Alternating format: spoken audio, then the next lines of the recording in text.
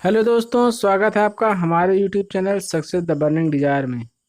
दोस्तों, आज हम लेकर आए हैं रसायन विज्ञान के कुछ महत्वपूर्ण प्रश्न। यह प्रश्न दोस्तों ऐसे प्रश्न हैं जो सामान्य ज्ञान के अंतर्गत आते हैं, अतः किसी भी परीक्षा में पूछे जा सकते हैं। तो दोस्तों आइए चलते हैं अपने प्रश्नों पर। हमारा पहला प्रश्न है दोस्तों, कौन सा पदार्थ प्रकृति में तीनों अवस्थाओं में पाया जाता है? मीन्स ठोस भी हो, द्रव भी हो और गैस में भी पाया जाता हो। इसका उत्तर होगा दोस्तों जल। जल तीनों अवस्थाओं में पाया जाता है, यानी ठोस में बर्फ, द्रव और गैस में जलवाष्प के माध्यम से। हमारा अगला प्रश्न है, परमाणु में कौन से मूल कण समान संख्या में स्थित होते हैं?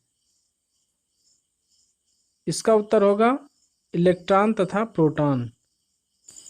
अगला प्रश्न है, रदरफोर्ड के प्रकीर्णन परीक्षण ने किसकी मौजूदगी को सिद्ध किया? प्रकीर्णन परीक्षण में किसकी मौजूदगी सिद्ध हुई? तो दोस्तों रदरफोर्ड के प्रकीर्णन परीक्षण में परमाणुओं में न्यूक्लियस की मौजूदगी सिद्ध हुई। अगला प्रश्न है दोस्तों, इलेक्ट्रॉन के तरंग प्रकृति की खोज सर्वप्रथम किसने की थी? इसका उत्तर होगा दोस्तों डी ब्रॉगली ने। अगला प्रश्न है, डाल्टन के परमाणु सिद्धांत के अनुसार कौन सा सबसे छोटा कण स्वतंत्र रूप से रह सकता है? तो दोस्तों डाल्टन के अनुसार परमाणु सबसे छोटा कण स्वतंत्र रूप से रह सकता है। अगला प्रश्न है, अल्फा और बीटा किरणों की खोज किसने की? इसका उत्तर होगा दोस्तों रदरफोर्ड ने। अगला प्रश्न, नाभिक से निकलने वाली विकिरणों में किसकी वेधन क्षमता सर्वाधिक होती है? इसका उत्तर होगा गामा किरणों की। अगला प्रश्न है, किस रेडियो एक्टिव तत्व का नाम उसके खोजकर्ता के देश के नाम पर पड़ा? इसका उत्तर होगा पोलोनियम। अगला प्रश्न, यूरेनियम विखंडन की सतत प्रक्रिया को जारी रखने के लिए किस कण की जरूरत होती है? इसका उत्तर होगा न्यूट्रॉन। अगला प्रश्न है, किस प्रकार की अभिक्रिया की सबसे अधिक हानिकारक विकिरण पैदा होती है? किस प्रकार की अभिक्रिया से सबसे अधिक हानिकारक विकिरण पैदा होती है? इसका उत्तर होगा दोस्तों विखंडन अभिक्रिया से। अगला प्रश्न है, रक्त कैंसर यानी ल्यूकेमिया को नियंत्रित करने के लिए किस रेडियो आइसोटोप का प्रयोग किया जाता है? इसका उत्तर होगा दोस्तों कोबाल्ट 60 का प्रयोग। दोस्तों ल्यूकेमिया के उपचार में कोबाल्ट 60 आइसोटोप का प्रयोग किया जाता है। अगला प्रश्न है, अम्ल एवं भस्म का परीक्षण करने के लिए किसका उपयोग किया जाता है? इसका उत्तर होगा दोस्तों लिटमस पत्र का। अगला प्रश्न है, सभी अम्ल धातुओं से प्रतिक्रिया कर कौन सी गैस निकालते हैं? इसका उत्तर होगा दोस्तों हाइड्रोजन गैस निकालते हैं। हमारा अगला प्रश्न है, किसी एक सामान्य व्यक्ति के रक्त का पीएच मान क्या होता है? इसका उत्तर होगा दोस्तों 7.35 से 7.45 तक। अगला प्रश्न है, वास्तविक गैस किन परिस्थितियों में आदर्श गैस जैसा व्यवहार करती है? तो दोस्तों वास्तविक गैस निम्न दाब एवं उच्च ताप पर आदर्श गैस जैसा व्यवहार करती है। अगला प्रश्न है, कौन सा एंजाइम ग्लूकोज को अल्कोहल में परिवर्तित करता है? जाइमेज एंजाइम ग्लूकोज को अल्कोहल में परिवर्तित करता है। अगला प्रश्न है, सुरक्षा की दृष्टि से खाना पकाने वाली एलपीजी गैस सिलेंडर में क्या भरकर गैस को गंध युक्त बनाया जाता है? एलपीजी गैस गंधहीन होती है। मान लीजिए किसी सिलेंडर में एलपीजी गैस भरी हुई है और इसमें गंध नहीं है।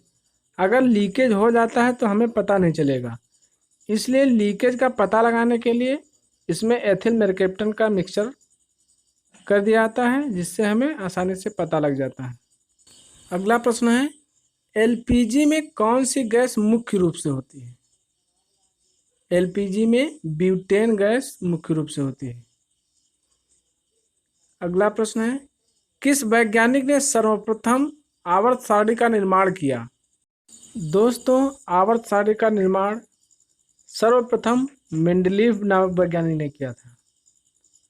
अगला प्रश्न है, आधुनिक आवर्त नियम का प्रतिपादन किसने किया? तो दोस्तों, आधुनिक आवर्त सारणी का प्रतिपादन मोजले नामक वैज्ञानिक ने किया।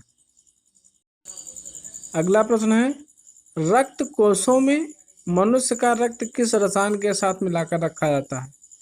यानी दोस्तों, ब्लड बैंक में जो है रक्त को किस रसायन के साथ मिलाकर रखा जाता है?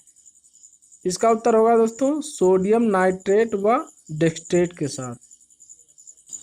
अगला प्रश्न है दोस्तों, आधुनिक आवर्त सारणी किस पर आधारित है? आधुनिक आवर्त सारणी परमाणु संख्या पर आधारित है। अगला प्रश्न है, पृथ्वी के गर्भ में दूसरा सबसे ज्यादा पाया जाने वाला धातु कौन सा है? इसका उत्तर होगा दोस्तों लोहा। अगला प्रश्न है, किस पदार्थ के लगाने से कटे स्थान से रक्त बहना रुक जाता है? इसका उत्तर होगा दोस्तों फेरिक क्लोराइड। अगला प्रश्न है, हरा थोथा या हरा कशीस किस रासायनिक पदार्थ का प्रचलित नाम है?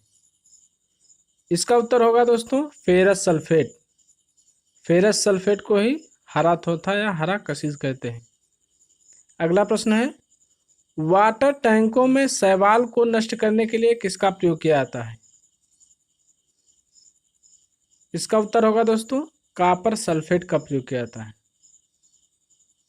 अगला प्रश्न है, जस्ता धातु का निष्कर्षण मुख्यतः किस अयस्क से किया जाता है? इसका उत्तर होगा दोस्तों जिंक ब्लेंड से।